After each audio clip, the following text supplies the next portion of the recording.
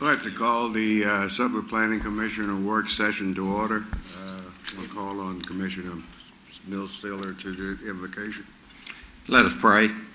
Dear Lord, as we gather here today to gain additional information on multiple items needing attention by this commission, give us the strength to use our God-given skills and judgment, keeping us impartial and neutral to consider the merits and pitfalls of each matter.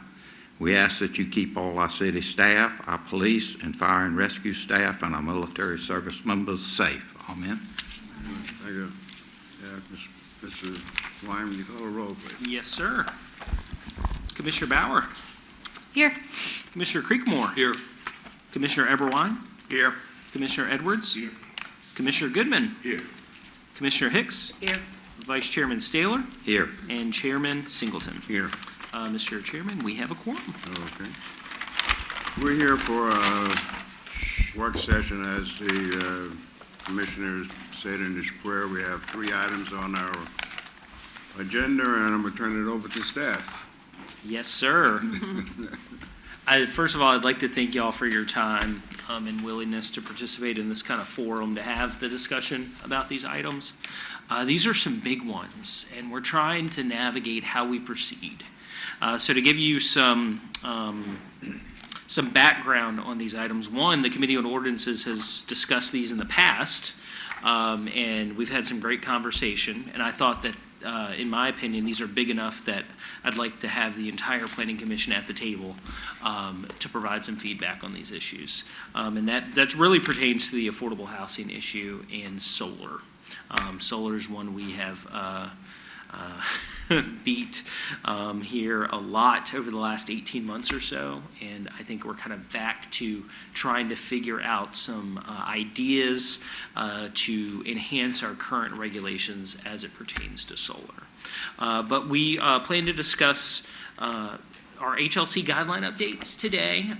Keith Kennedy, our comprehensive planning manager, is here to walk you through some of those changes, focusing on the highlights of how the guideline update is drafted now differs from what we currently have. This has been a project many years in the making, had paused, and we're really close to getting this before you all for consideration at this point.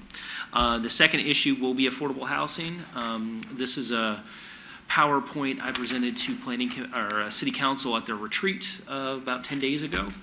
And I really just want to focus on the intricacies and the nuances of affordable housing and the variables that come into play as it relates to some changes and recommendations we can make. And I really hope to get some guidance from you all today, because once we get some guidance, we can really put our feet in and start drafting some ordinance changes that could really make a difference.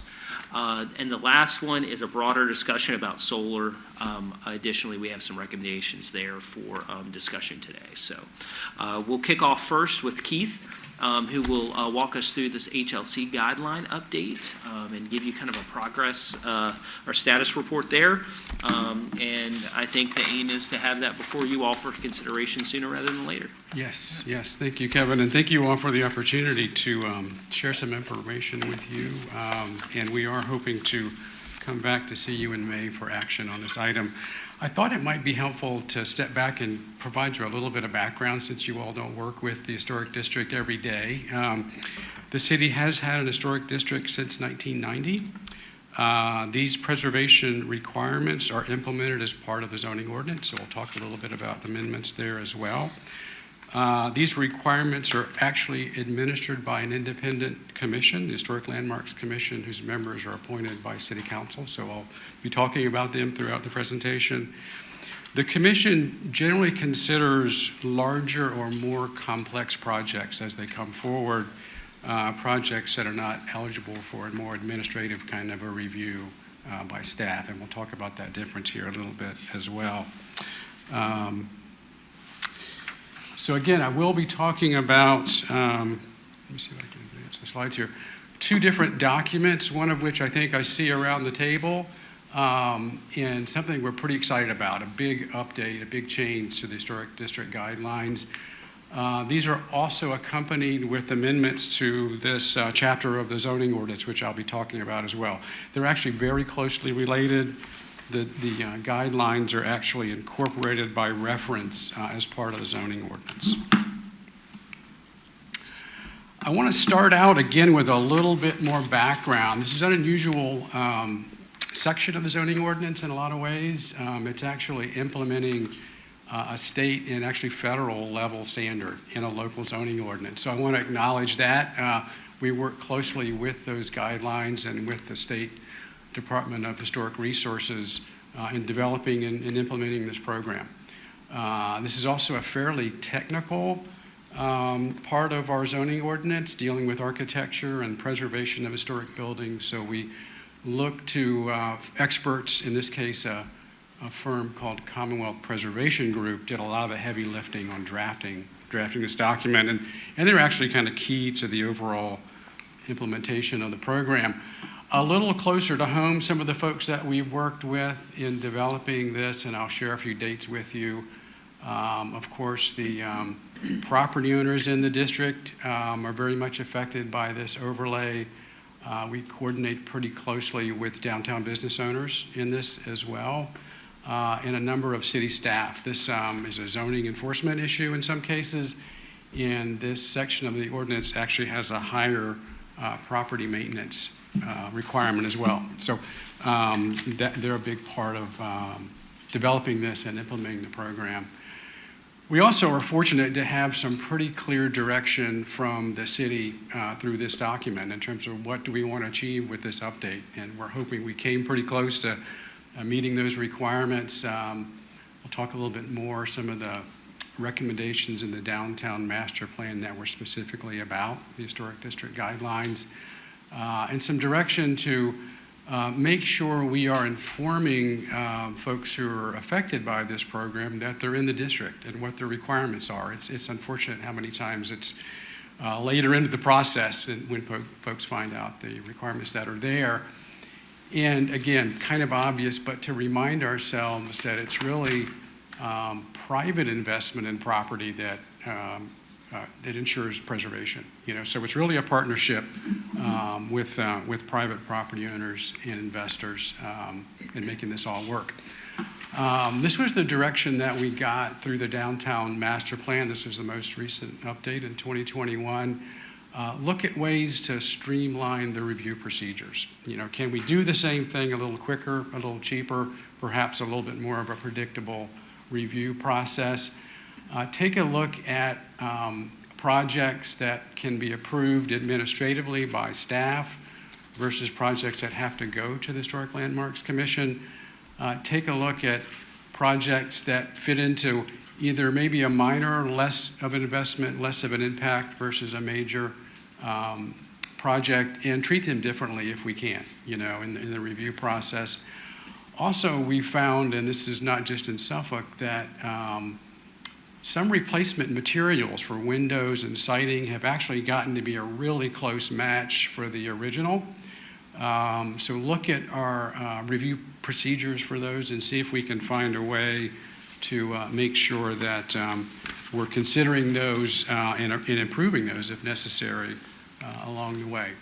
And again, I mentioned the investment in properties is so critical to making this work. And that's everything from ongoing maintenance of the property. I've owned an old house. I know that they require more maintenance, right? So that keeping those things in shape with the actual preservation or restoration of the building itself, but also with new construction. As you see some of the things in the guidelines, we do have vacant lots in this district where we see infill development, both business and residential. So we pay close attention to that kind of new construction as well.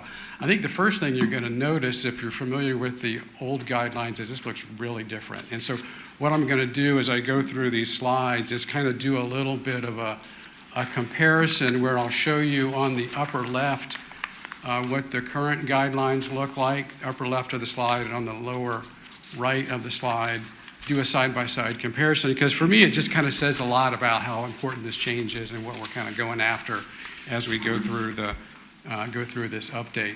I will attempt to touch on every chapter just real quickly so you get a sense of the breadth of what we're talking about here.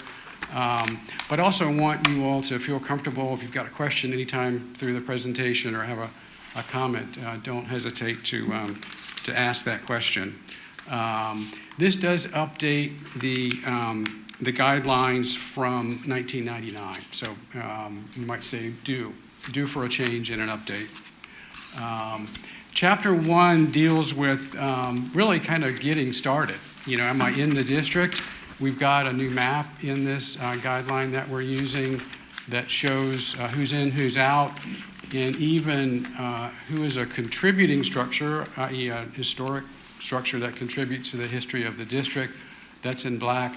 Or a white structure, that's a newer structure generally that wasn't found when the original survey was done to contribute to that district. So again, just another way to make sure we are making it easy for folks to figure out whether they're in the district or not. So that's in there. Another thing that we tried to do a better job of this time around, again, in that upper left-hand side, you'll see a graphic. One of the things that's real clear, it should be clear up front, is we don't regulate things that go on inside of a building, and we also don't regulate things that you can't see from the public right-of-way. So we've tried to make it as clear as possible for everyone to see what is it that might be subject to these regulations. In the old book, we had a explanation of it. We've still got that, but now we've got a graph that shows you it could vary quite a bit depending on how buildings are organized on a street and how they relate to the street. So this is in there to help us make sure that we're, again, getting the word out. This is what we're regulating, and this is how it might look like in your case. Chapter 2 is probably the most detailed, and I'll spend the most time on this one because this talks about all the things typically that we see in a rehabilitation or upgrading of a property. So I'll just kind of walk you through the basic pieces of this. Starts out with some very general guidelines that sort of govern this process, approach to historic treatment. What are the basic principles? That's kind of right out of the National Park Service guidelines. And then touches on the things that we typically see or that property owners want us to consider for review under this program. So down into the details here, the bricks, the mortar of the bricks, how they are laid out is significant to these structures. Windows is actually a very frequent item that we see. Again, if you've had the pleasure of holding a house, you know what I'm talking about. The old wood windows, if not properly maintained over the years, may need to be replaced. So a lot of information in there about how do we even define a window, the different elements of a window, what are we looking for when we want to make sure that, again, providing information on maintenance, but also if we're in that situation where you're considering replacement, what should that new window look like? So whether it's windows or doors. Here's another shot actually of windows showing you the different types. Again, on the upper left, pictures in a lot of detail. Again, we think we've done a pretty good job of making that a little better user experience for the folks who are using these documents. But in addition to windows, excuse me, doors are really important. Sharing you the details and the definitions of what we're looking for in different types of, again, both maintenance and upkeep of doors, or if necessary, replacement. Again, we're talking about the stuff on the outside of these structures, so awnings and canopies were quite popular and still are, particularly for business locations. So some good information there about what that might look like and what to expect as part of the regulations. Chapter 3, as I mentioned earlier, we do have structures in the district that don't really contribute to the history of the district. You know, it's a newer building, for example. We want to make sure that the way we treat that, maintenance and upkeep and improvement of that building is appropriate for that type of a building. So you'll see some things in here, for example, a lot of it about the mass and scale of the building. I mean, it would really look out of place if in a neighborhood of 1.5 and 2-story buildings, you put something that was 4 stories high. It would really stand out if you made that kind of addition, where maybe in other neighborhoods it wouldn't. In an historic neighborhood it would. So you want to look out for those kinds of additions to those non-conforming structures. Do you have the page numbers in your reference when you're referring to this?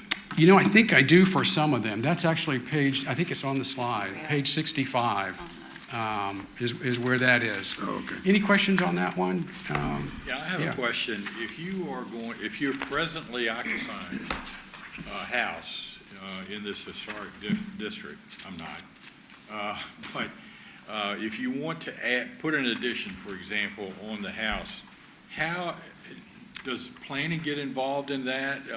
Approval, guiding people through what they should have, what they Yes. recommended? Yes.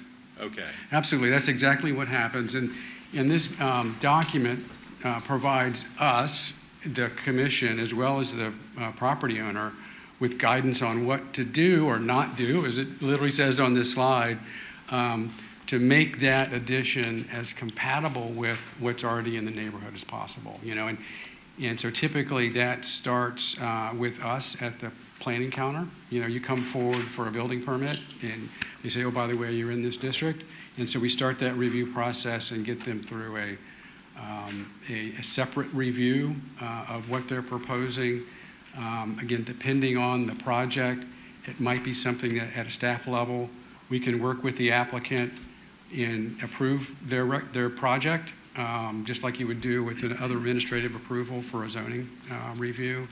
It may be that it's a significant enough project and frankly, somewhat subjective perhaps, and that gets beyond what staff can recommend, and that's where the commission would need to weigh the issues at that level and make the ultimate decision whether that project was compatible and appropriate for the district. So very much a staff involvement really on all of these projects. Right. And it doesn't just count on additions. It's other things in there like roofing and it is. porches and all the other things that are in there. And again, part of it is just figuring that part out. Right. Is it external to the structure? Is it visible from the right of way? So we're involved in making that interpretation. And while it is complicated, generally at a staff level, we can do that fairly quickly and let you know if this is a process that you need to think about with your project. So that's all done by staff. Okay? I mentioned there are opportunities. Unfortunately, sometimes it's when we've lost a building, lost an historic building, but there are opportunities for new construction. And this chapter deals with this. And I think it's every single new construction project does go to the commission. As you can imagine, that's a very significant change affecting that property and the surrounding properties. So again, I won't go into a lot of the detail here, but this is an important one for us to think about. And again, they've got a couple of graphics that really help, I hope, property owners and investors get a sense right from the beginning, what's my envelope, of space here, and typically you want to look at the top slide as a commercial block. You want to fit in, with your new project. The bottom one is a residential block. You want to look at the size of the structures and the massing of the structures that are around you and on that block. It's a very important part of what can be placed in there for new construction. I think my next slide actually shows sort of from the sky view, looking down, plan view. It's also how much area of that lot can I cover or can I expect to cover with my building and the improvements, the accessory buildings, the parking. Again, you take your signals from what else is available or built or occupied on that block. And again, we think these graphics help you kind of get, get your head around it pretty quickly. Okay, this is what I can do and not do, or might have trouble getting approved. So that's part of the new construction process. I should also point out that because this isn't always clear, the Park Service actually doesn't want the new to look exactly like the old.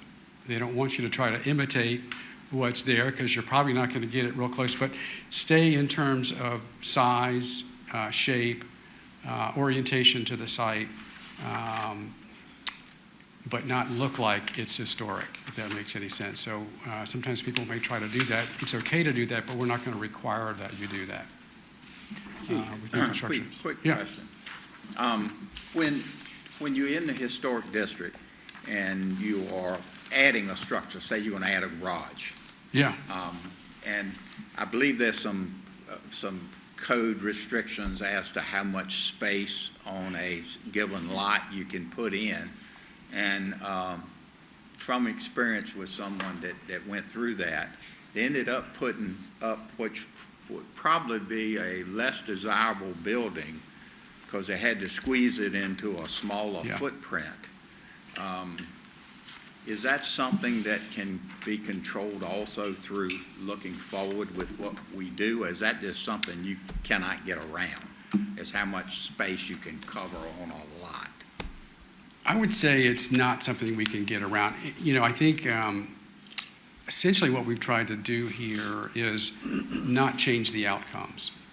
Okay. Because they're pretty well laid out in the Park Service standards and in our ordinance.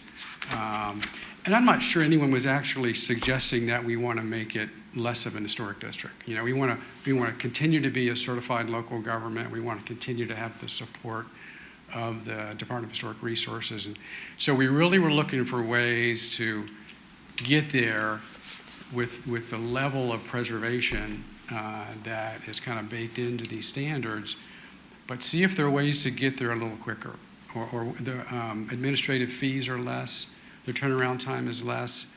It's just a more predictable process for the owner. If you're going in front of the commission, they may take a different position than staff. So I think that hope that answers your question. I think we're not going to change what the actual projects look like. I think we wanted to just see if we could make the process work a little bit better for the applicants and for the investors. So there are times when a property owner or a contractor will have to settle for something that's different than what they thought they wanted or needed on their property in an effort to kind of stay compatible with the stuff that's on your street. That does happen.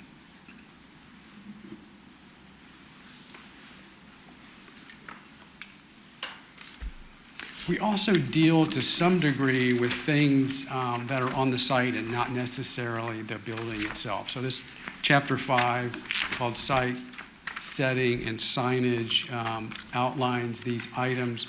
Again, it's around signs. Here's a really good example, I think, of getting a real quick picture of what we expect and what we regulate in terms of signage.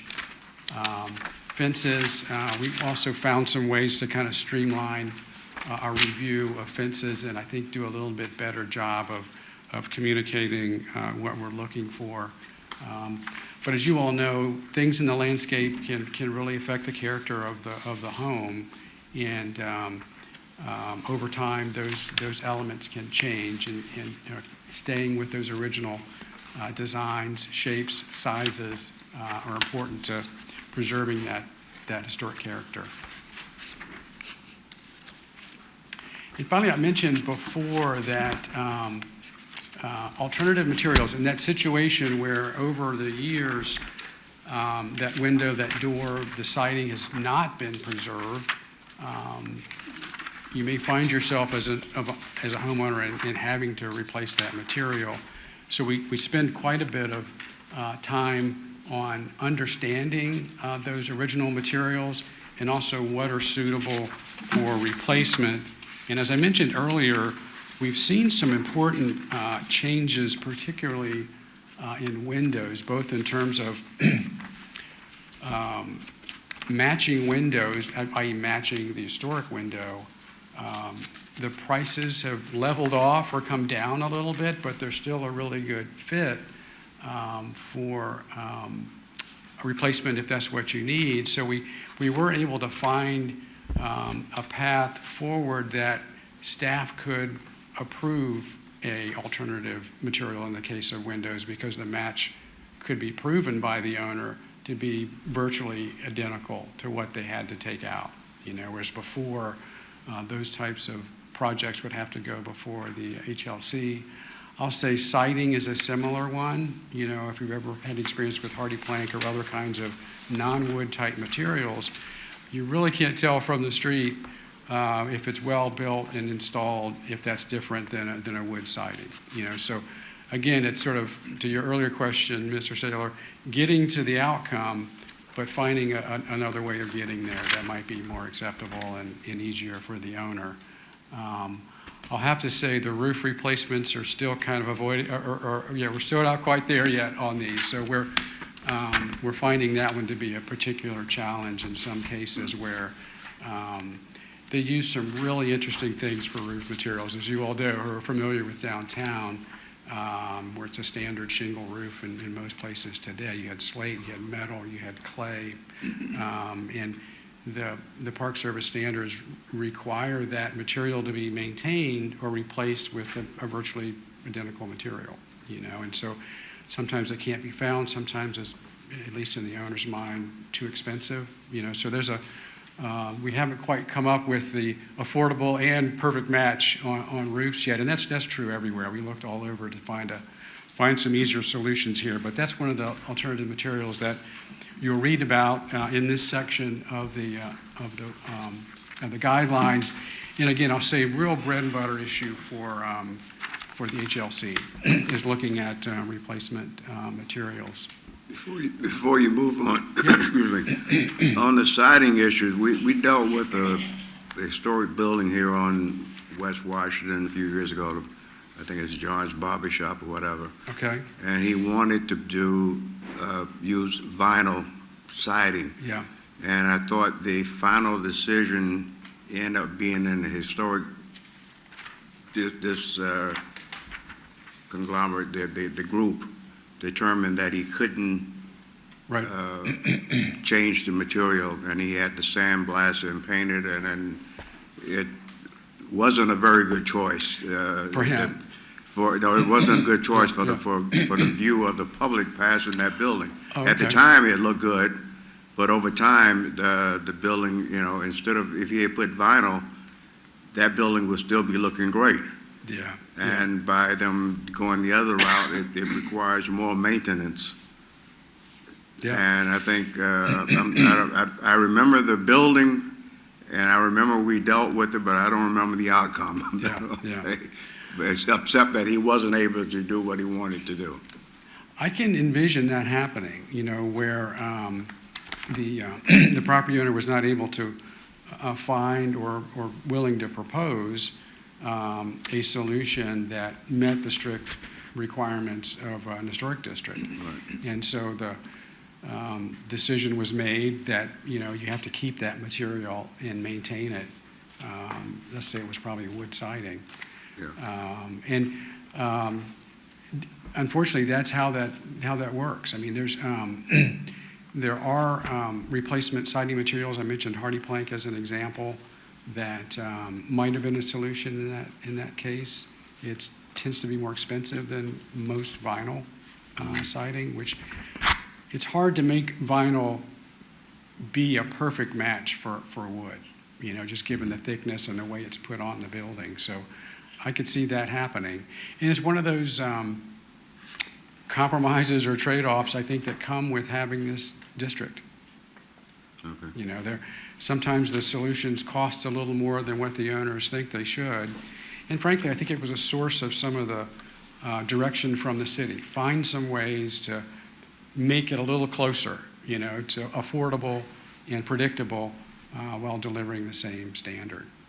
But there's some places I think we may not be able to get there completely. Finally, Chapter 7 deals with probably the most unfortunate thing that we have to look at, which are demolition of historic buildings. Periodically, more than I would like to see it, and probably you all as well, we find ourselves with buildings that have not been maintained over years and years, sometimes decades, and either the owner or perhaps for public safety reasons, the city, orders a building to be demolished.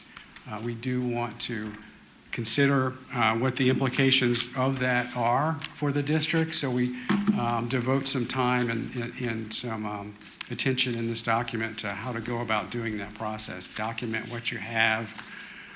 Take a couple of steps to make sure, tearing a building down is final, right? Take a couple of steps to make sure you really have to bring it down. It cannot be relocated.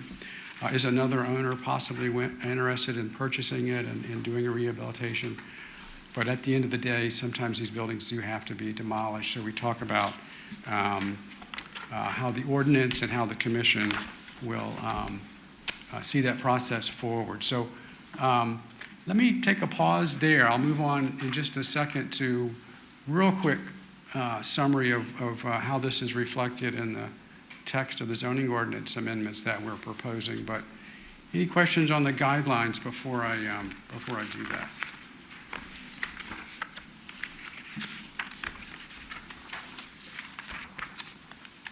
I have a question. Yeah. When you read through all of this, which I hope everybody has, I had a question about who actually monitors this for compliance, particularly involving what you're talking about, a building that is going to be demolished and a new building replaces it. Who actually goes through, is this part of zoning? It is. And as I mentioned earlier, we work closely with our zoning and property maintenance staff. They're right next door. So we're talking all the time about these properties and what they're seeing from a property maintenance standpoint, and have any zoning violations been reported.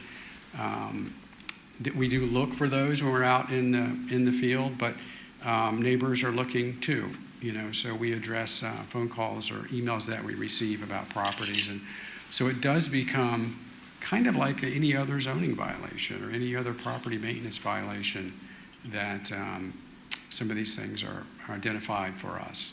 And But you also have there are a number of layers on this. If you read through this thing, you've got the state involved, you've got the local, which would be the historical society, you've got the city, you've got the state, and you've also got federal guidelines that you have to, with this over thing. If you've got that many things that you have to satisfy, who actually enforces? I guess the base enforcement is through zoning, right? it is. It's a really good point. While the federal standards are there and the local, the state agency is there, this is purely local in terms of the actual permitting, enforcement, those kinds of activities are purely local. Okay. Yeah, good question. Thank you. Code enforcement, is that on a call-by basis if somebody calls it in, or do you have people out on the street every day just ride along looking? Both. Okay. Yeah, it is both, and I don't know that I could give you a call on which one is more likely to result in a inspection and potentially a violation notice, but it's both of those. I know other cities, they have, people, code enforcement out every day. Yeah. Literally just riding around. Yeah, we've got staff that their job is to maintain, their eyes on these projects and in compliance with both property maintenance and zoning requirements. There's a fair amount of phone calls too, and folks checking in. We're all close together in downtown, and everybody's got a neighbor that's keeping an eye on thankfully, what's going on in their neighborhood. Yeah. Yes, ma'am.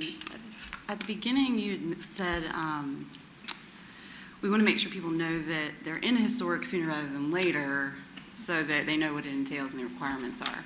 And then there have been some comments about how expensive it is living in a historic district or owning a business in a historic district. As a consumer, I'm like, well, why would I want to be in one? And I know there is there's different reasons why someone would want to, but what are we as a city, and maybe I say we, maybe if it's in planning or if it's in the development, do we have any connections with specific contractors that do that sort of thing? Are we in talking with like businesses, potential businesses that could come to fill some of these buildings? Like, what are some of the incentive programs we have or connections? yeah. Just, I'm thinking of like Edenton, North Carolina comes to mind, and I know they have a company, Down East Preservation, that is kind of the go-to for helping people get accustomed to, I don't know, does that make any sense? It does, and it's a really big part of this, and something that I, didn't touch on today, but it is very, very important that there are, and Virginia actually has a good combination of state and federal income tax credits that are available. There are local tax abatement programs, real estate tax abatement programs that are available. So we do try to make sure that folks know about those up front. And there are companies that specialize in projects for those reasons, and particularly large commercial projects. I know you all have seen some low-income housing tax credit products. It's kind of the same way. You've got companies that actually specialize in going after those tax credits, and they're key, frankly, to the bottom line of whether that project's going to get built or not. So, again, I've got a list, in fact, of projects in Suffolk that benefited from those income tax credits because they are pretty significant for commercial property owners. So it's out there. We work closely with our economic development department. In fact, they are tied to the Downtown Business Owners Association so that we make sure that we're both listening to business folks about what's working and not working for them, because that's such a large component of this particular district. It's Washington and Main Street. Yeah, part of our identity, I think, as a city. Yeah, and it's important as a selling point and a marketing tool, for downtown. So we do work closely with economic development, both on the incentive side, but also on, are we doing something that's going to help promote investment, in downtown? And if not, what can we do? I mean, we're not that provider of incentives, in community development. We can definitely let people know that they're out there. Yeah, big part of it. Quick question. These are specific guidelines for the historic district. What about buildings outside of the district that are historic? Yeah. How do these guidelines? Another really good question. Just because it's in the district doesn't mean it's the only thing that is historic in Suffolk, nor is everything in the district historic. This simply applies to actually both contributing and non-contributing, but just in the district. I do want to point out, I think we made a change for the guidelines this year, that there are two buildings that stand alone in Suffolk that are also part of our district. Two of the older churches in Suffolk, actually some of the oldest buildings in the city, are part of this district too. But for the most part, it's just the buildings inside that line that you see. That doesn't mean that they don't qualify for other incentives that are available. There are businesses and buildings that are in what they call the state and federal register of historic places that qualify for those tax credits, for example. So we do keep good data on where those boundaries are, and they do help with the revitalization of those structures. To get the tax credits, the income tax credits I'm talking about, the state requires that you meet the National Park Service standards, so if that makes any sense. So it's not a local issue at that point, not a local district, but in exchange for qualifying for those tax credits, you do the restoration in essentially the same way. It also gets at something too. Excuse me, I hate to interrupt you on that, but that ties in with the villages. I mean, you got Holland, you got Whaleville, you got all these villages that we've got certain residential homes, businesses, and that sort of thing that would seem to me to fall into these categories. Is that? Yeah, and that's kind of where I was going with this. Yeah. I think it's important, and we'll be bringing forth, I think, a recommendation probably as part of our update of the comprehensive plan, that these district nominations are pretty dated. I mean, in sort of the best practice of this program, you want to go back in every 10, 15 years or so and and update your nomination because things have changed. You've left things out. The things that you think are important change, and so our nominations date back to the early 80s, I believe, early 1980s. So in talking with DHR and our consultants, it is time, for the benefit of this program and for the city, I think, to go back in and update those nominations and make sure you've captured what today's community wants you to capture in that district. That may mean taking some out and putting some in, but you go through a survey process of looking at what's available and what you want to include in that district. So it is something that I think requires an ongoing investment and revision as you go along. So we're thinking a lot about that right now and how we might take those steps. Good. Yeah. Thank you. Yeah. Am I running out of time? How am I doing? We're great. Okay, okay. And just for the commission, I was hoping we could adjourn the work session probably around 1:15 to give yourself some time to eat lunch. We have lunch for you. So, Okay. But I know this is an item that you all do not deal with on a daily basis. You're kind of removed from the Historic Landmarks Commission and the Historic District in general. But nonetheless, you have a role in review and approval, a recommendation of the guidelines, and certainly any associated ordinance text amendments to the UDO. So I thought this was a really good setting for Keith to bring you up to speed on what we're looking at, because obviously y'all probably hear about some of these things as it relates to some of the challenges we face with our local historic districts. So thank y'all for providing some feedback here. A couple more? Yeah. Okay. Yeah, okay. absolutely. This is, again, a real quick sort of summary of what you'd see or what you will see in the zoning ordinance amendments. The substantive amendments I've been talking about in my presentation today, distinguishing between administrative review versus something that goes to the commission.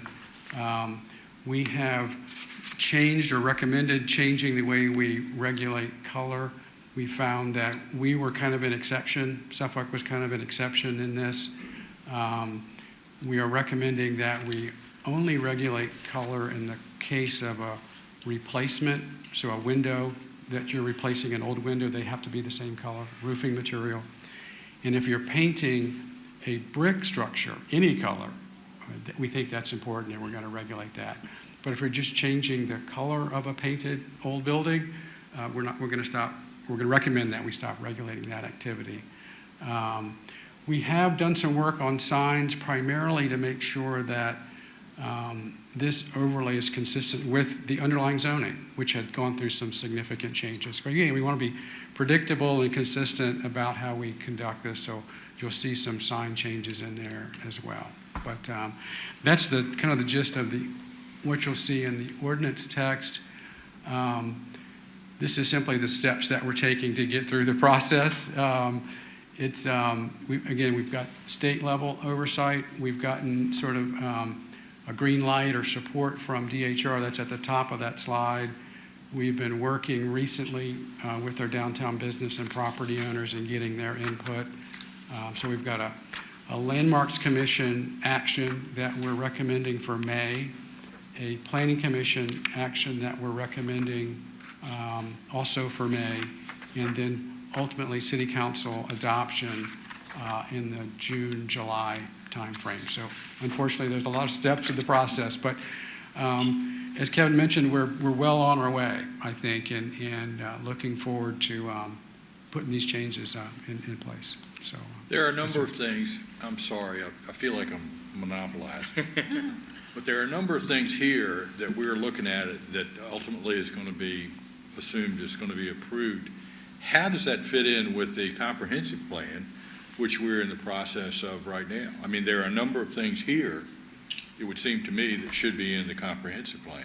Is that they fit really well. I think it's just kind of good luck that we're doing these at the same time, and it's a lot of the same folks. As you all know, I'm working on the plan update and working closely with economic development staff. And so I think, to answer your question, the big intersection, I think, between this and the comp plan is what we recommend for downtown. Downtown is one of the most strategic areas in the city, so we will be looking at what the current downtown plan says and make a recommendation on perhaps an update, what the scope of that update should be, and what are some of the subjects that we consider. As Kevin mentioned, we had spent some time with council on the retreat, gosh, that was 2 weeks ago, I guess. And downtown was one of the topics of that conversation. So I think we're lucky that these are happening at the same time, but there clearly are some ordinance amendments that were underway, and we think we should go ahead and go forward with those. But there's more that we're going to recommend that we do downtown, and specifically with the historic districts, particularly updating those nominations. So there's some relationships there and some overlap there.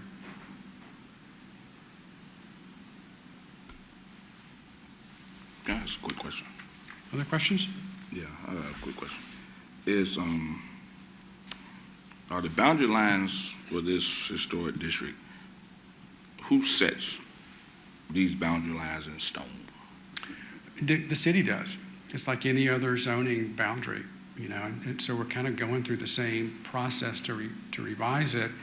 I will say the input, you know, the staff input, the data input to that is those nomination forms where you go out and you survey every building, you know, and you decide whether that's a good candidate to be in that district or not. But ultimately, that's a decision that you all make. And so the business owners and the Historic Landmark Commission believes that these are the best boundaries for the city. Yes, Make I'll sure go I back to that map real quick. So That's right. the federal and the state doesn't regulate to us what should be in our boundary lines of our district. No, it's again a great question. This is a voluntary program that the city decided back in 1990 was important for downtown. And once you volunteer and want to operate a district, of course you've got legal requirements that apply. And if you want to be a part of a certified local government, the National Park Service standards, but it's a choice, a local choice. All right. So I know we're not dealing with 2045, but in 2035 comp plan, and I know I'm asking this off the top of your head. So what use district is overlapping and overlaying with this historical district? This is entirely in that inner core use district from the, In the core? yeah, you're talking about the use district This boundaries? is mixed use. Mixed-use core. Yeah. So our highest density level in the city in downtown is in the historical district. Make sure I understand. That's right.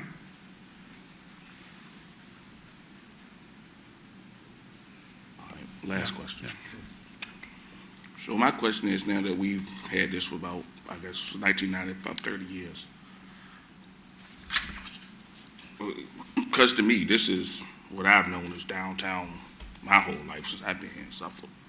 Has this served Suffolk and given us the city that we want downtown? I guess that's my overall question.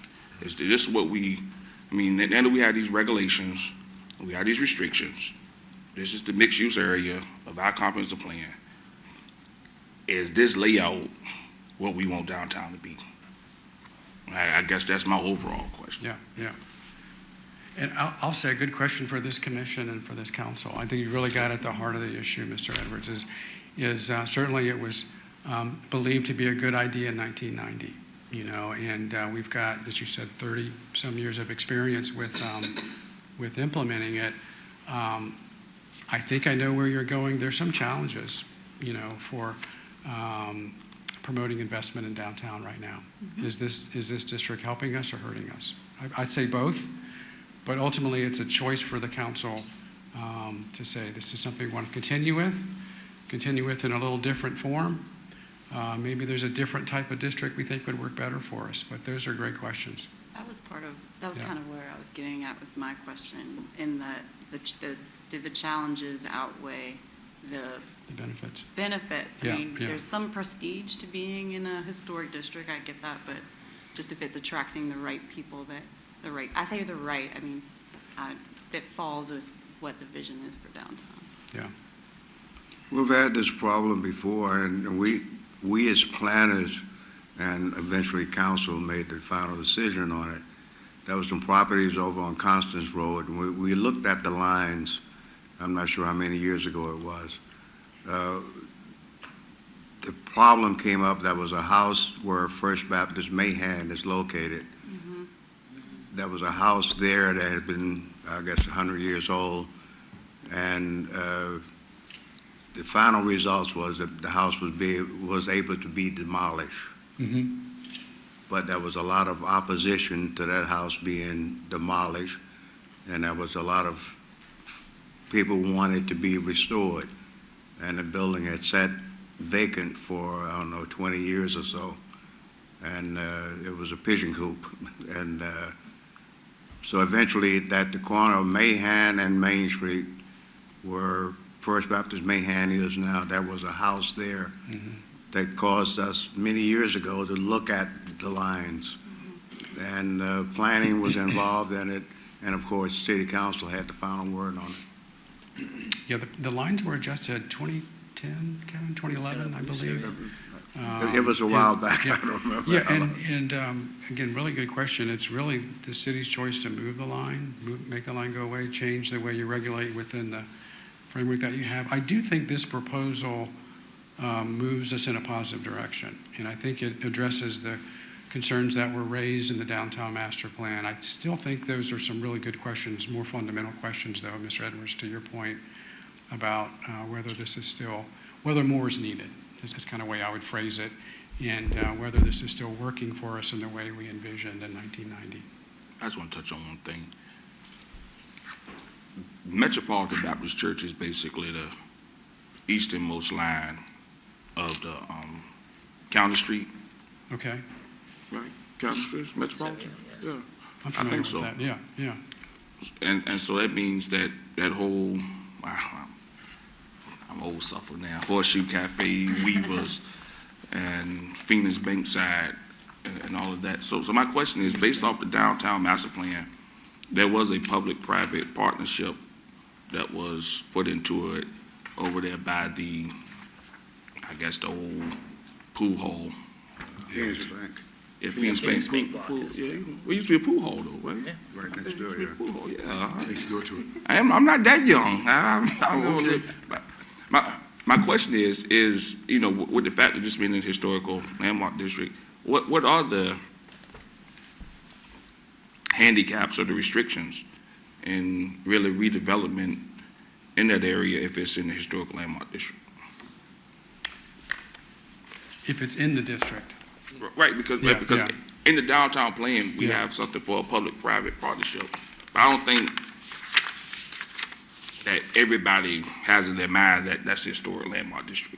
I mean, Phoenix Bank is historic, and I think Yeah. the Horseshoe Cafe is historic. But, the public-private partnership thing that's in the downtown master plan is in the historic landmark. So my question is, what are the restrictions of how much can be done since it's in this district? I think I understand your question. I would say generally the restrictions for an existing building are you have to keep the existing building. In other words, if you wanted to, there's some way, things you can do to add to the footprint of the building, they're limited, and the standards that you have to comply with to rehab the building, update the building, are higher and probably more expensive. So generally speaking, that's what the impact would be to rehabilitation of an existing building that wouldn't be present if you were not in the district. So there's a higher cost. A lot of people would say, and I would agree, it's a higher standard. It's a more valuable building as a result of that. If it's a vacant lot that's in the district, again, it's a limitation on how much you can build, generally speaking, that probably isn't the same as in another district.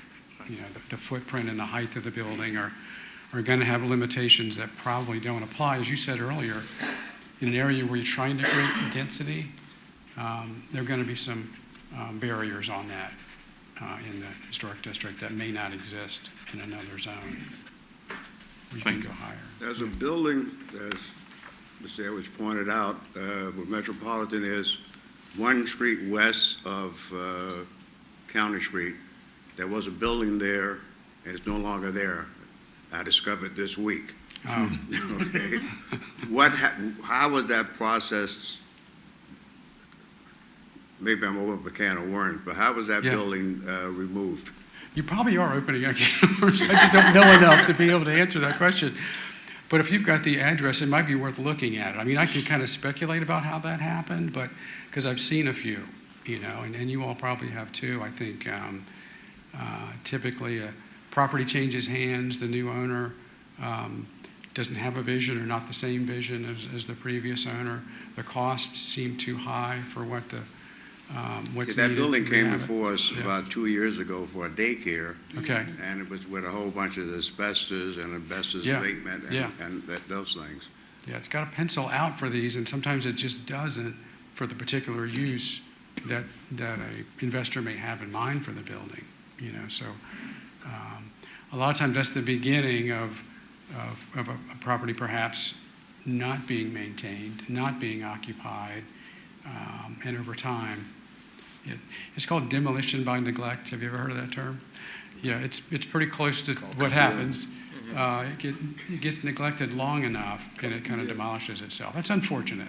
If it had some real historical value, and maybe it could have been something, but that does happen.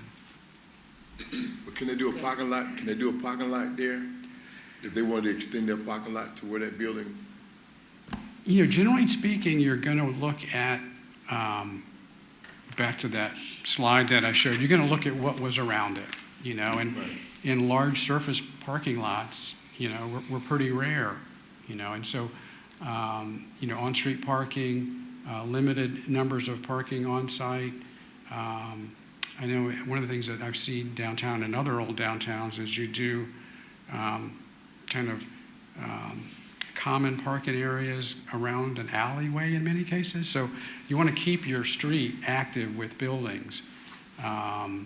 You may find a site that you can build a structured parking deck, and depending on the layout. But again, it's trying to keep it looking as much as possible as it did at the time that it was significant. Yeah, and that's and again, that's a challenge in some cases. Yeah, one of the good things about downtown, and I think a lot of older downtowns, is they were mixed use before we even knew what mixed use was. In other words, so they're often very walkable, friendly, safe places with a mix of restaurants and housing and all kinds of uses all kind of thrown in together. So they've got some real advantages too and appeal to some investors and some folks who like to live in places like that. Unfortunately, one of the first things zoning did was to separate uses and give us the kind of suburban model that we see in so many places. A lot of these places are pre-zoning. They were laid out according to a town plan that just kind of mixed stuff together. So it's got some real advantages too, and value for a lot of folks, and businesses and residents as well. So it's a complicated question for the city. What's the combination of things that are going to work best for you going forward? Yes, ma'am. So I guess I'm kind of intimately involved in this little piece that he was just talking about across the street where that building is, the corner of Liberty Street and East Washington Street. That whole building, those folks didn't ask to be a historic district. They didn't ask for it. So the building just sits there. I'm on street, it's just sitting there because nobody can do anything to it because they can't afford to maintain it as a historic. So how do you get out of the historic district? Yeah. Is the question. Yeah. Because they didn't ask to get in there. And now the building has just sat, it's just sitting there, waiting for somebody to eventually tear it down. Yeah. So the question is, if I didn't ask to get into the historic district, how does my whole structure get out of it? Yeah. Get out of there. Do we have to have all of the businesses from my business all the way out of the district get out in order for me to get out, or can pieces of it get out? Well, I'm going to start with the short answer, but I'm not going to. I don't want to leave you with the impression that it's easy. It's a rezoning. It's a change in the zoning map, but getting there, I think, is going to require some important steps. And some planning, I think, front planning about what do we want in downtown. And do we want to just maybe make some small changes to the boundary, the example that you had? But it's a zoning map change, you know, and it really is a choice for us to make about how we want to zone downtown. Yeah. Because it Yeah. just kind of created a debt to an area. Because they can't afford, the owners can't afford to repair the area, that whole set of structures. They can't afford to make it. Materials to- are so to- much- the the materials materials are are so much yeah, more expensive to than if next- they were just a normal Yeah. edifice. So that's why the owners have been let, Yeah. well, the owners' descendants, who are the new owners who don't care that much about it, have just elected to just let it just sit in disrepair.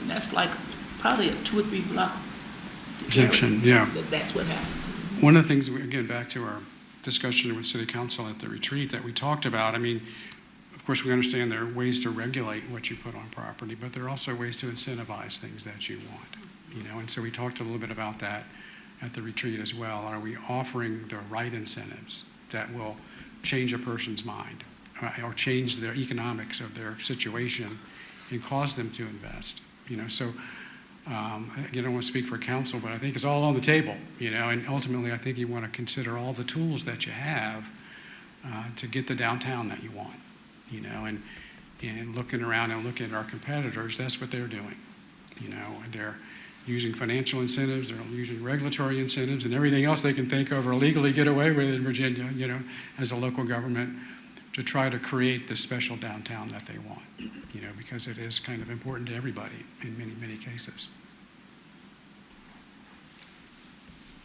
So it's not just the regulatory stuff, I know that's what we're talking about today, but it's that in combination with the other choices that the city council might want to make. Speaking on, following up on that, is there a possibility of, in a situation where you have an older building like that realistically doesn't make sense to spend a substantial amount of money to meet the requirements of the historical district?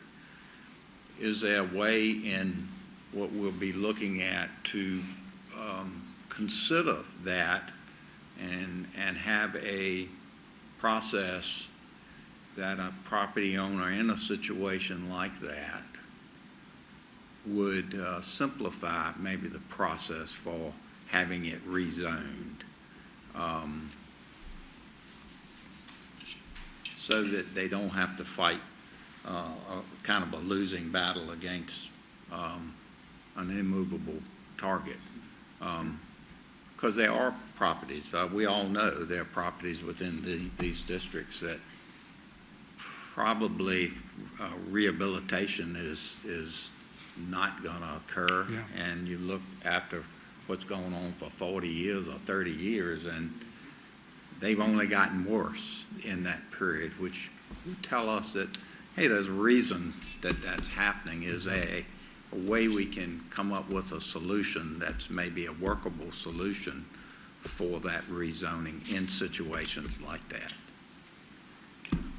I don't Fair know of question. any. Yeah, it has come up before in some of our meetings in the last couple of months, sort of a lot by lot or property owner by property owner. Again, thinking about zoning more in general, that can be problematic. You know, I mean, is it a district? We got to make sure we're treating people that are similarly situated similarly. You know, so I think it is a little bit of a heavy tool. In other words, it doesn't give you too much of a chance to discriminate too much from one property owner to the other, which is why this is a hard decision. You know, you've got to come up with something that works for a majority of your property owners to the benefit of the overall district. And it's a good question. I don't have a good answer for you today. I haven't seen anything in my conversations with other folks and other local historic programs where you can kind of be a little bit more selective with individual properties. Is there such thing as an exemption? You can apply for an exemption on, you know, if you're in a situation like that, you know, versus demolition. Right now, there isn't. You know, Okay. it's like any other, I mean, it You know, try to applies. save the ship. at Yeah, as least, long as you that know. property is If it's there, sinking, it's sinking. right, it applies to that property. There are some kind of safety valves in the demo process that I said earlier. It gives you a chance to slow it down, so that maybe another buyer could come in. That slows it down and make sure you don't make a final decision and have regrets about what you did, But ultimately, and this is actually the state code that starts to override the local zoning district, statewide, even if you're in a district, the state provides you a path forward to ultimately demolish that structure. If you take certain steps in state code, basically putting it out there for sale, proving that you don't have any offers, having given the locality the opportunity to buy it or move it, you can ultimately demolish that building. When you say no buyers, do you mean like for assessed value or just period? Put it on the market. Yeah, advertise it as a willing seller, for a willing seller. Yeah, so again, you all are pointing out some of the more difficult situations, but they're good questions that we do face those situations. They do cause you to kind of step back a little bit and think about in its totality, is this the best approach for downtown, or are there other things that we should be considering to go forward with? But this district has been around for a while. Historic district zoning's been around for a while, so you can learn a lot from what's happened in other places in Virginia and around the country. Most of these situations have been thought of before and dealt with in one way or another.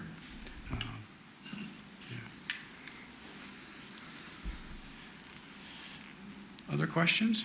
To wrap it up, Keith, I think we were running out of time. We need to move for the other two items. Other two items. Starting to feel like I'm dominating your agenda this afternoon. Good thing. But thank you all for that, and let Kevin know or let me know if you've got questions in the meantime. It looks like we're on track for action from the HLC in May, and would like to bring this back in whatever form works best for you all to keep it moving forward. Okay? All right, thanks. Thanks, Keith. Thank you, Good. Keith. Good job. Thank you.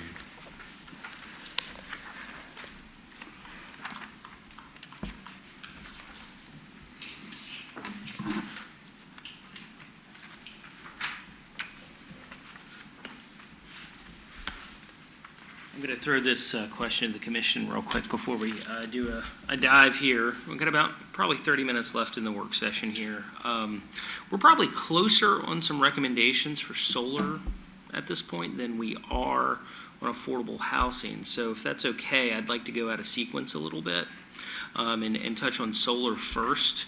And if we have time, we can do a brief overview of the affordable housing, but I can always come back either in a setting like this or during a staff report during your regular meeting, and we can break down affordable housing, because that's far more challenging of a subject. There are a lot of variables as it relates to how we can get there on that. Solar, I think we have some recommendations in place now that I'd like to get your guidance on. Does that work? Okay, so we'll breeze through this. Bear with me.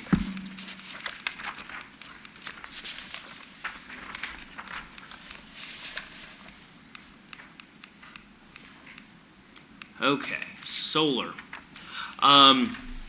So you all, I'm sure, are aware that this has been kind of a recurring conversation we've had about solar in the city of Suffolk. It's not a city of Suffolk issue, isolated issue. Our neighbors are tackling this issue as well.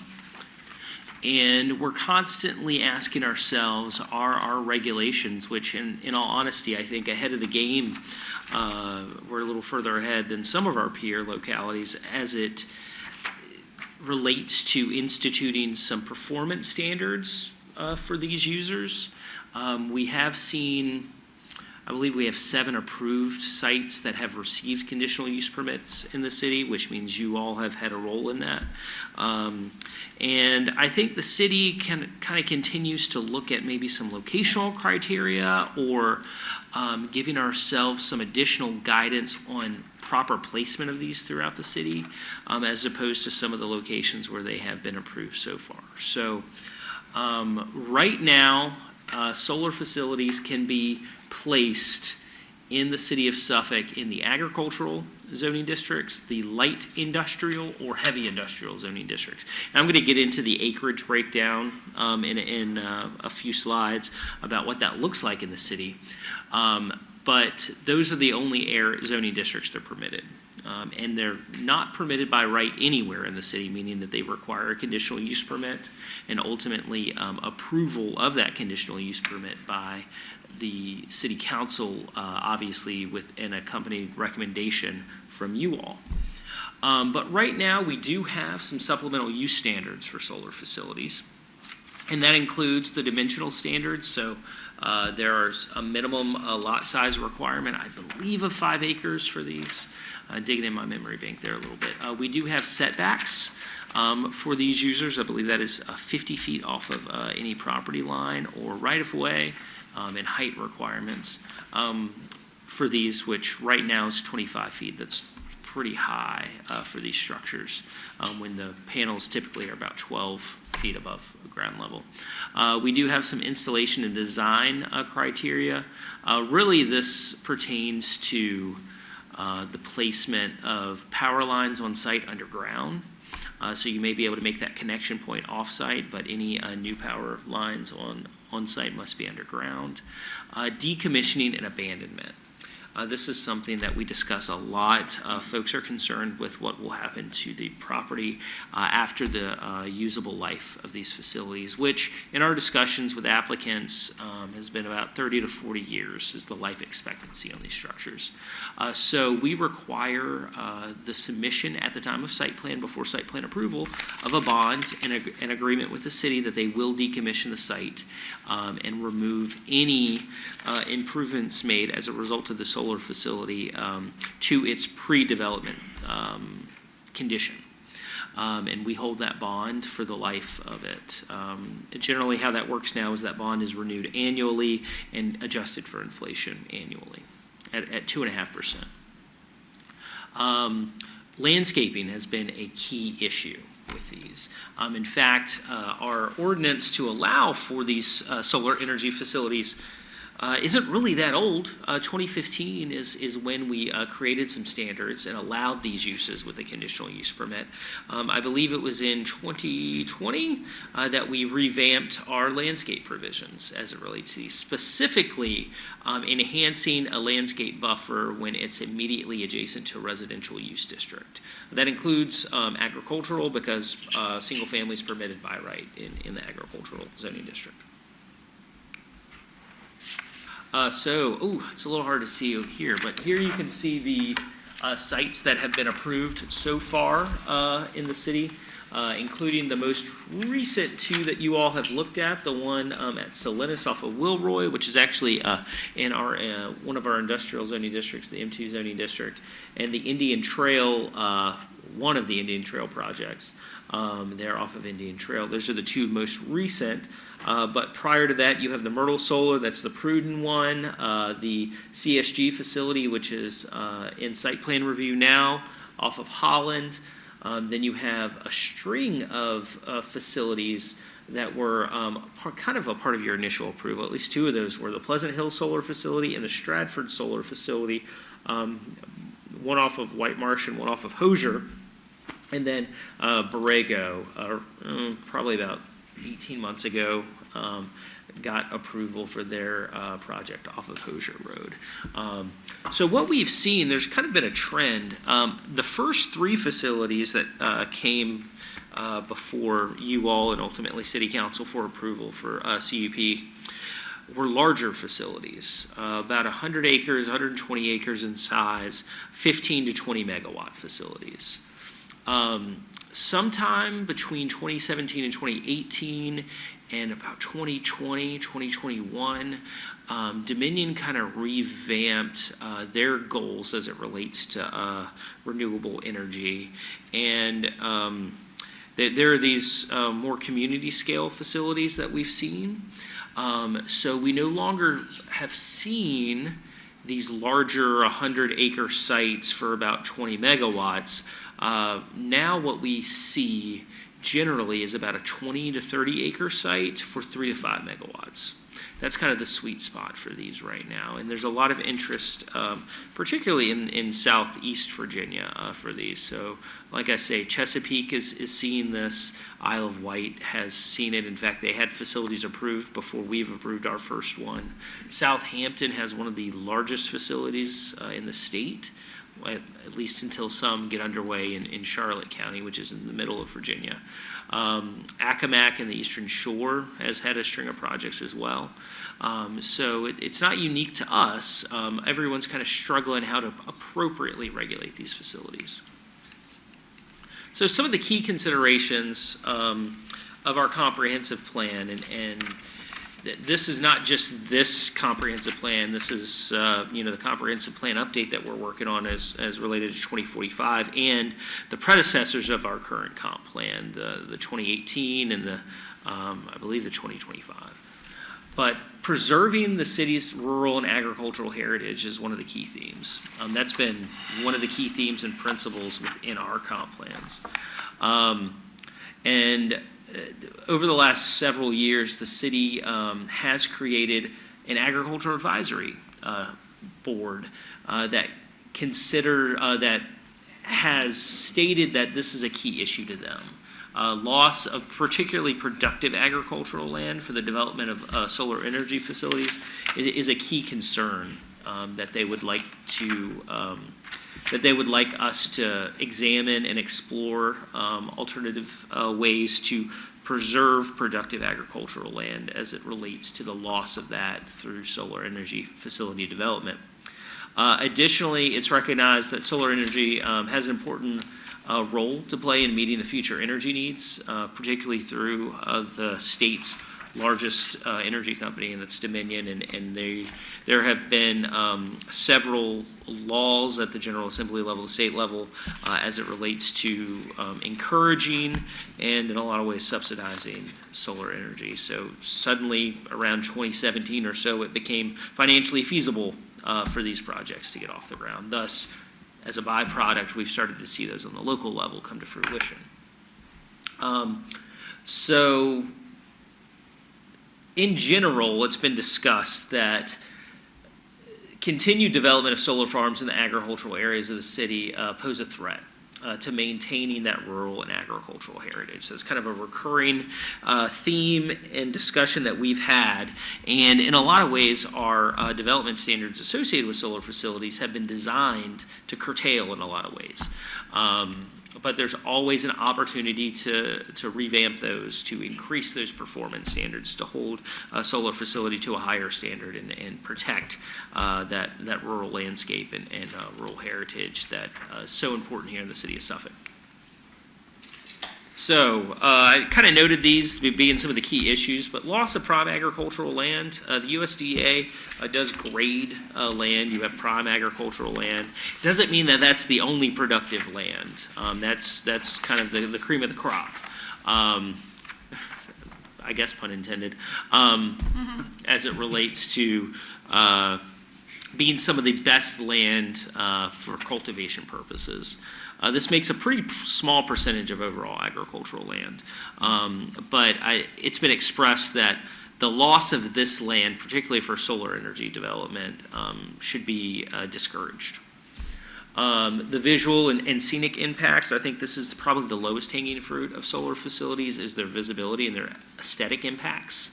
They, in a lot of ways, look industrial in nature, and you have to really ask yourself, is it appropriate to allow these in rural areas of the city when they may, from a visual standpoint, look more compatible with a Salinas factory or something that would be more appropriate in one of our industrial parks?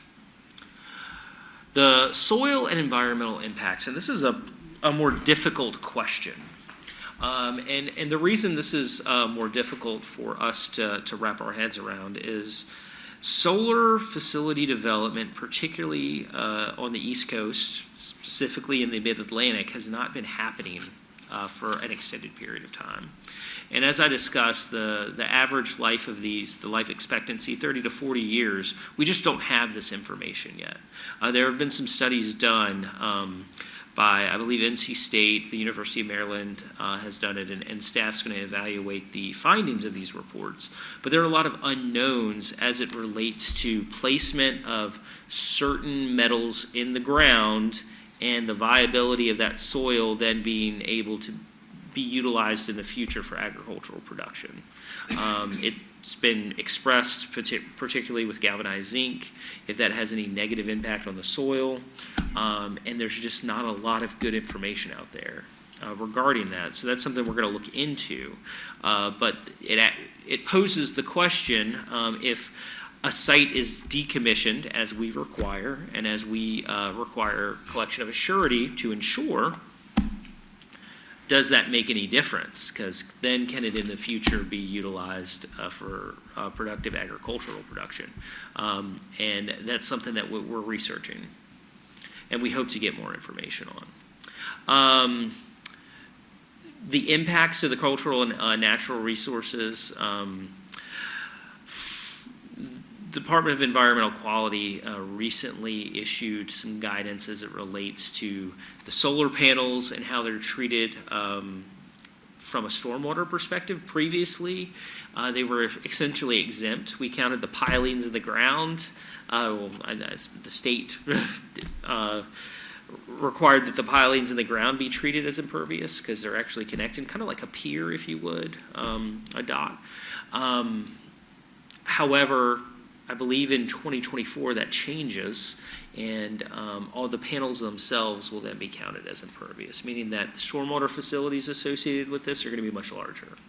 It also has an impact on how we, from the city's perspective, regulate these, because there's a cap in the agricultural zoning district of impervious cover of 16%. So that means if you have a 100-acre farm, you're only getting 16 acres for your solar development. That's how that equates. So that's going to minimize the impact on some of these in a manner that results in the keeping or preservation of some of the agricultural land. Impacts to the character of the community, I've kind of touched on that already, but this is another key concern, and I think one of the ways we can really safeguard against some of those negative impacts and mitigate against those negative impacts is through enhanced screening, care to things that we weren't thinking about or were thinking about, but just through a different perspective 8 years ago when we initially enacted our performance standards, supplemental use standards for solar. Something like fences. We required security fencing around these for good purposes, right? We don't want people fiddling on these sites, and obviously they're unmanned, so the developer likes to ensure some level of security there. However, what makes a 20-acre solar facility of solar panels more visible? That's putting a 6-foot-tall chain link fence around it, and it makes it probably a little less cohesive with the existing developed agricultural uses. So something we have worked towards here recently is requiring that the fence be more agricultural in nature. So your wood-on-one panel, more attractive, and work in tandem with that landscape buffer to provide some sort of security to the site.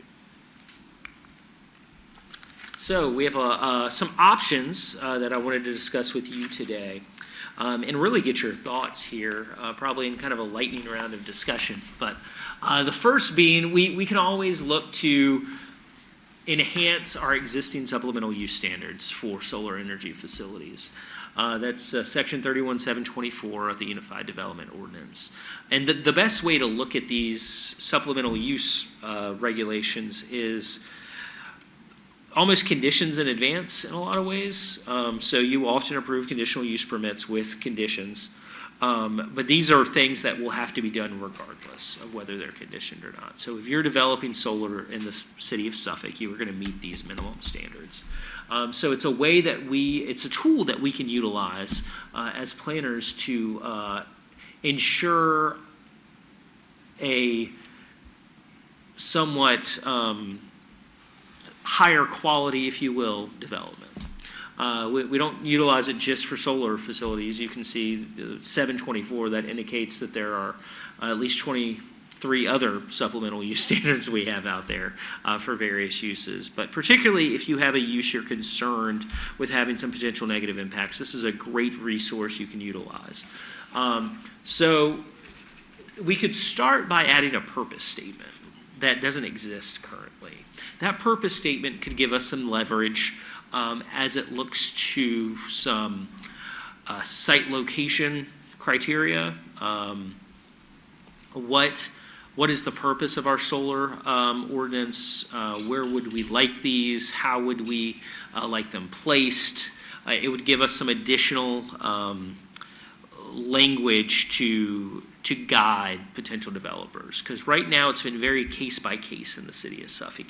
Someone selects a site, they go through the process. We look, see who the neighbors are. We look to see how visible the site is, and those all kind of play a role in our recommendation. But we could encourage solar farms on currently underutilized or less productive land. There's some land in the city that for various reasons is not conducive to other development. You can think brownfield sites, for instance. We have the Old City landfill south of the city that may, provided the underlying zoning aligned with our unified development ordinance for the allowance of solar, would maybe make sense. You're not really losing anything in order to gain something like a renewable energy resource. We could encourage solar farms as a redevelopment strategy for previously developed sites, like I said, brownfields. We could encourage the co-location of solar facilities on rooftops of large industrial warehouses. We have a lot of warehouses in the city. The acreage that we have available on existing warehouses is pretty impressive. However, I've had some conversations with the development community on that one, and once you start placing solar panels on rooftops, there are a lot of factors just outside of our control. They're built to certain wind load standards, they're built to certain weight standards. That becomes problematic to kind of do this in the rears. Moving forward, it's something we could encourage. How do we do that? What's the incentive there for a warehouse coming in to put these on their roofs? So those are something we need to start thinking about. We can always look at revising our setback standards to increase the setbacks from public streets and property lines, and particularly adjacent residences. A good example recently is, well, we have the OG project in the city of Suffolk along Pruden Boulevard, the infamous project at this time. Very visible. It's on Route 460. You can't drive by it and not see it. That one, I believe, met our minimum setback off of Pruden Boulevard, and that's 50 feet. The Indian Trail Solar Project, and I'll look to Josh, he can correct me if I'm wrong, but if I'm not mistaken, at its nearest point to Indian Trail was probably around 700 feet. From the road, a pretty stark contrast. One of those is going to be more visual than the other one from the right-of-way. So that's something we can think about. We're dealing typically with larger tracts of land with these projects. These are farms that are either going to move from a farming operation to a solar facility operation or have not been farmed for quite some time, so the collection of acreage is there. They could certainly withstand an additional setback. That would work in tandem with improved landscape standards, which I'm going to get into in a moment.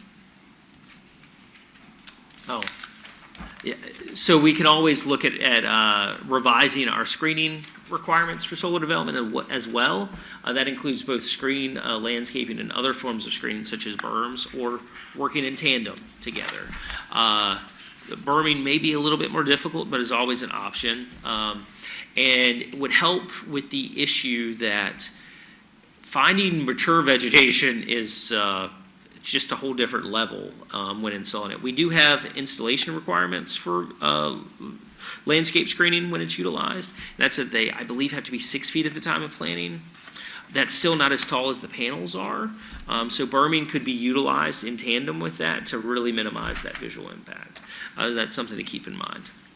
But you are dealing with large properties, and that gets pretty expensive from a development perspective. But that's an option we have. So some other things we can kind of keep in consideration. I mentioned that our current height requirement for these panels is really high considering what we know now. Generally at full tilt, these aren't going to exceed 12 to 13 feet. Right now our maximum height is 25 feet. I mean, that's a 2.5-story house ish. So that's something to keep in mind. We can consider establishing, and this is more of to get ahead of some of the environmental concerns we've seen, is to encourage some pollinator-friendly vegetation underneath the panels.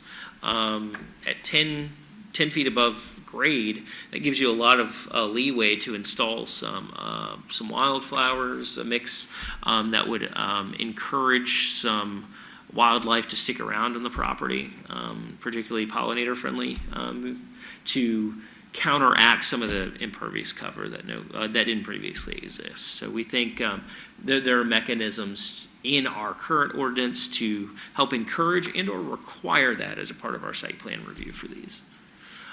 We could establish in the ordinance, and this is something that we can do really without an ordinance text amendment, but in the exhibits that come before you all, your Planning Commission resolution and recommendation, state code within that saying that upon your review, you've determined that this is compliant with the comprehensive plan. That's something that right now, Section 15.2, 2232 of the Code of Virginia requires for these reviews. We've generally utilized your current resolution to imply that you've considered its compliance with this, but we can formalize that through a language change. And now we're getting into some of the bigger questions. We could set a maximum % of assembled land within the agricultural and industrial zoning districts that can be utilized for ground-mounted solar. And I'm going to help you visualize what that may look like based on our existing acreage. But that's something that our neighboring localities have done. I believe Isle of Wight did 2% and cap, and Southampton, I think, did 5% cap. We're larger than both of those localities. At 430 square miles, we have to look at things a little differently, considering that over 60% of our land area is zoned agricultural. So we need to look at what those percentages look like, and I'll show those to you in a moment. Additionally, we could require that ground-mounted, this is really getting into the locational standards a little bit, but require ground-mounted solar farms to be located outside of the view shed of any scenic, cultural, or recreational resources. This is a recurring theme that we've had in discussions with the public when it comes to the preservation of that historic heritage that folks have, or that agricultural heritage that folks have come to expect and appreciate about the city of Suffolk. What makes us really unique, that basically if they're driving down to see Commissioner Singleton, they don't want to see solar facilities off of Liberty Spring Road or whatever. He doesn't either. Yeah, so it does. It has an impact. Folks have grown accustomed to seeing the cotton fields during a certain time of year, or corn fields during fall, and I think we should be sensitive to that. So looking at the percentage cap example, and this is something we got really good feedback from City Council at their retreat on. I think this is maybe not in this form specifically, but something that they're interested in, looking at a cap, maybe the overall percentage on the parcel itself. And like I said, that kind of polices itself now with our impervious cover ratio of 16%. But we could always say, okay, you have a 5-acre farm or a 100-acre farm or a 200-acre farm. You can utilize 5% for a solar facility or 10%. That's within our arsenal as well. But looking at the zoning districts, we have a lot of ag land that remains within our growth areas too, so keep that in mind. But this is ag zoned property. We have about 161,000 acres. It's a lot. So if we were to cap that at 5%, that gets us to 8,000 acres still. That's a tremendous amount of land that could be utilized for solar. 2% takes you down to a little north of 3,000 acres, and then 1%, which gets you to 1,600 acres. 1% is really interesting to me for a couple reasons. One, we have so much ag zone land that it's probably the most reasonable percentage. Another reason is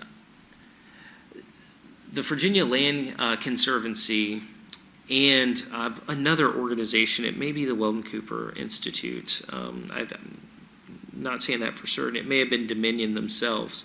But they've analyzed the amount of land in Virginia that they would need for Dominion to meet, I believe it's their 2030 goals as it relates to renewable energy. And it would take 1% of the overall land in the Commonwealth of Virginia for them to meet their pretty aggressive renewable energy goals. As such, I think that gives us some leverage and coverage to, if we cap it at 1%, we as Suffolk are doing our part. So keep that in mind. We have much less acreage that is zoned M1 and M2 in the city. Really with the Salinas project in M2, just to give you an idea, that's about a 20, 30 acre project. That if we cap it at 1% in the M2, that project alone has taken a huge portion of that. The other,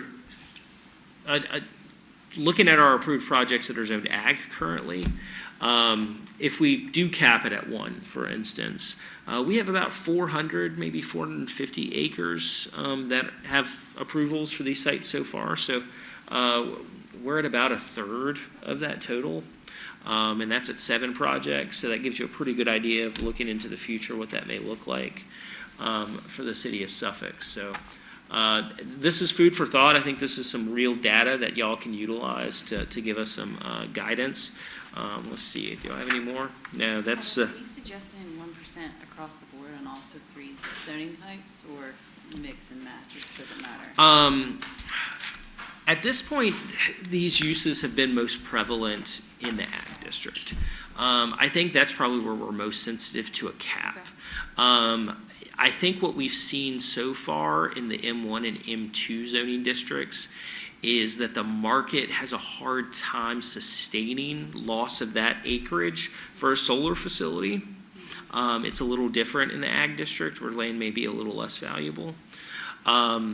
Unless users in those districts want to implement some sort of renewable energy project to supplement their existing warehouse or factory or whatever. So it's hard to compare the two. I think a cap is probably much more worthwhile visiting within the ag district itself. Question. This 161,000 acres, is this prime agricultural land or just all agricultural land? That is all parcels of land zoned agricultural in the city of Suffolk. Okay. And the agricultural commission, they are already, Agricultural Advisory Commission is already really worried, and we've only used 450 acres. Mm-hmm. So how close do we think we're going to get to the 1%? I mean, that's a byproduct of us just being so large. And 1% may not be the answer. It may be less than that. I mean, there's nothing keeping us from looking at, 0.75% or, 0.5%. But there's the ability that we have to leverage a cap with some other locational standards that I think is probably a good compromise and works towards mitigating some of the concerns that our Agricultural Advisory Commission has. Okay, and that this comes close to mitigating those concerns? I wouldn't say it necessarily comes close, because that's relative. What are they thinking? Because from what I'm hearing, they don't want any of it. None, right? So we got to use some of it. So I'm just trying to understand what has to be done to get the commission closer to where you want them to be. Answer we don't I know. may serve as, the secretary for that board, but I don't want to speak on behalf of them. What I can share is they have legitimate concerns about the loss of agricultural land, and agricultural land comes in a variety of forms. But what we have seen, and this is just trends, the properties that make the best candidates for solar development were previously used as farms for a variety of reasons. They're cleared and they're flat. So there's a real concern that the loss of productive agricultural land for solar facilities.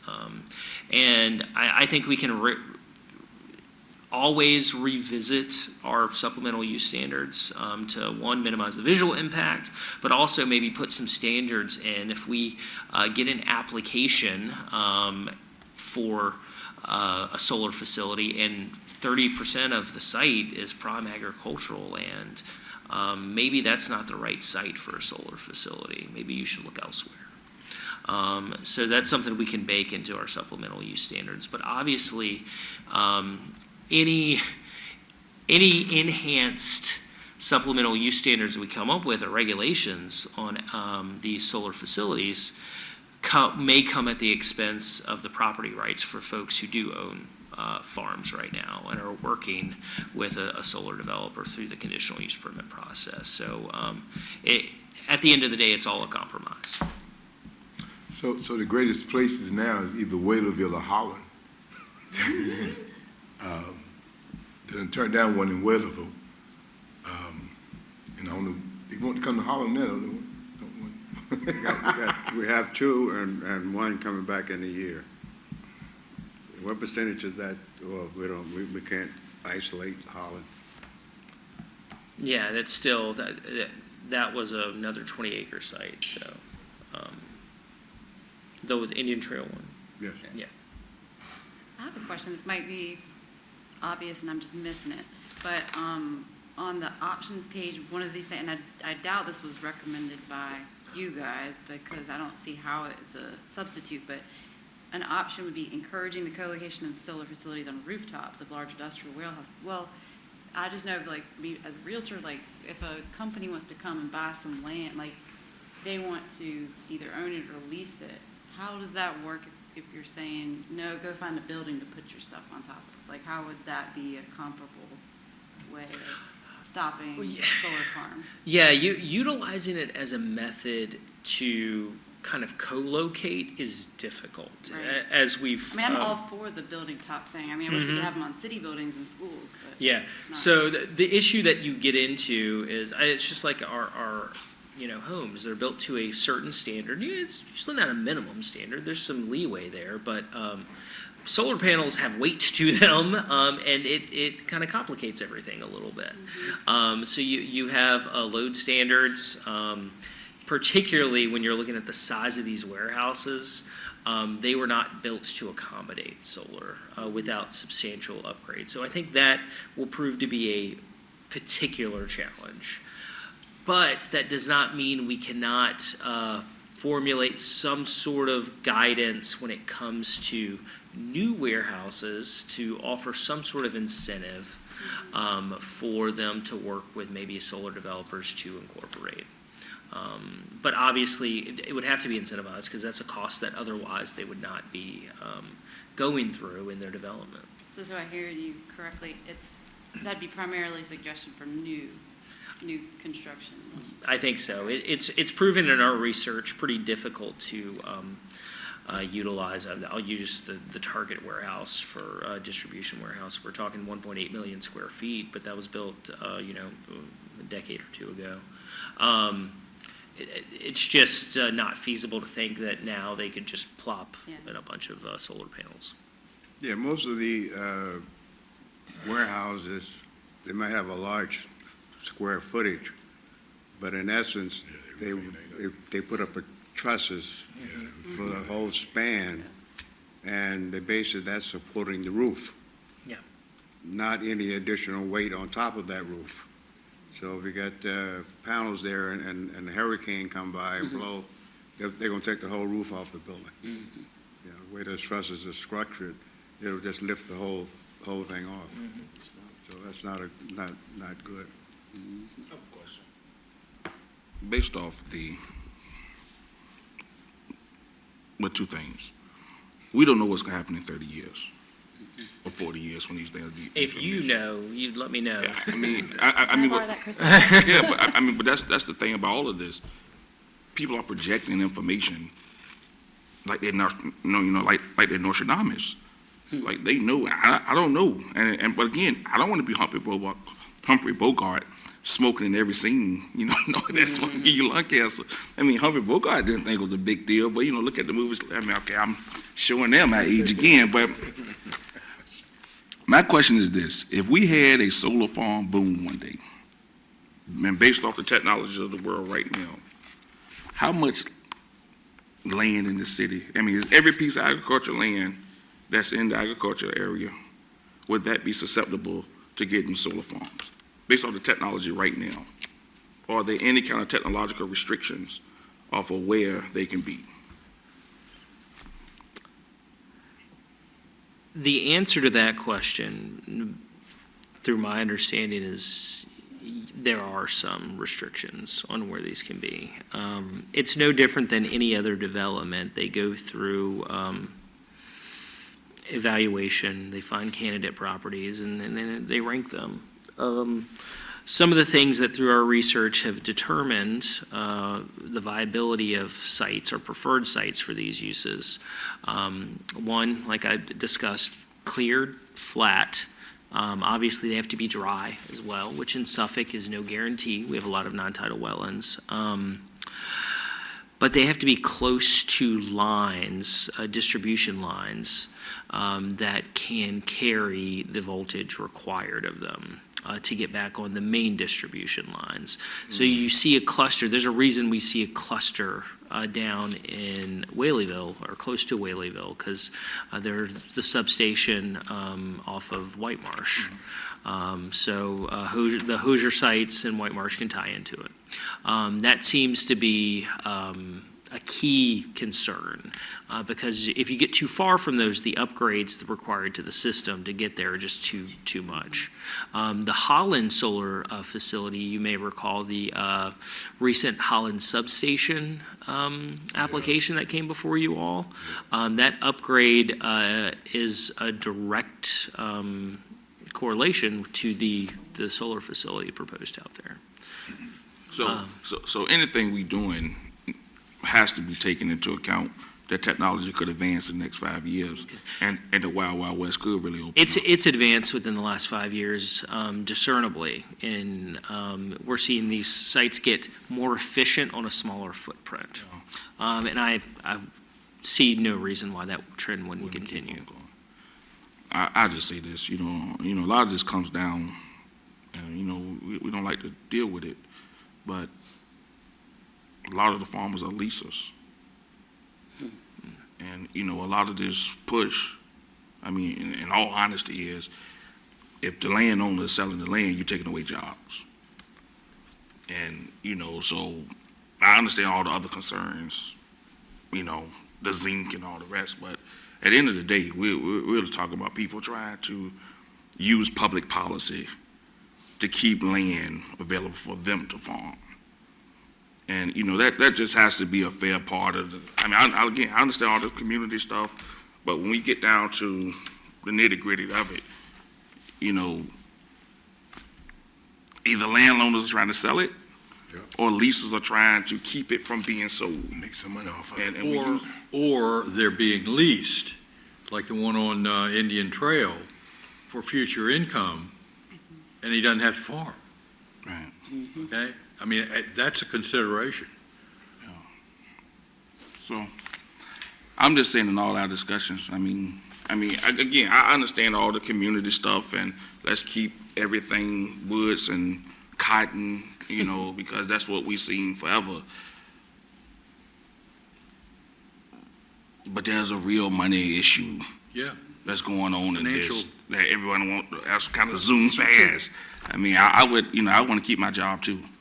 Yeah, I had a- I just say it like that, but the question is, does public policy and government step in and pick winners and losers in a free market? Wow. And that's really what we're talking about now. The government is stepping in and is going to decide who's going to win and who's going to lose, because we have the power to restrict where you want to restrict. You know, yeah. I say it. Yeah. I say it. You know, when Shanika is on welfare, she's lazy. When other people on government welfare, it's because we have to keep a way of life. And it's not fair. I'm not saying that we can't make policies to, you know, to kind of mitigate 1%, 5%. I think that's fair. But again, like, I mean, that's why I asked the technology question. We could do all of this, and technology changes, and everything we're saying is blown up because the Wild Wild West opens up, and now my land goes through the roof for something that's a viable industry in the country. And so, you know, and then, you know, but then I just want to say on top of that, zinc could be poured into the soil, and, you know, we got three-eyed deer in 40 years, and now we didn't know. So, I don't know what to do. Welcome to the party. But I like the setbacks. I throw something. I like the setbacks. So, that's my thing. Any other questions? And once again, this was great discussion. I thank you all for your time before your meeting today. Luckily, we gave you all a short regular meeting today, hopefully. Make up for it. Especially compared to last month. But these are topics that, should we want to do another one of these, we can always do that. We can also just present a staff report for discussion during your regular meeting as well. So thank you all again. Thank you for putting this together.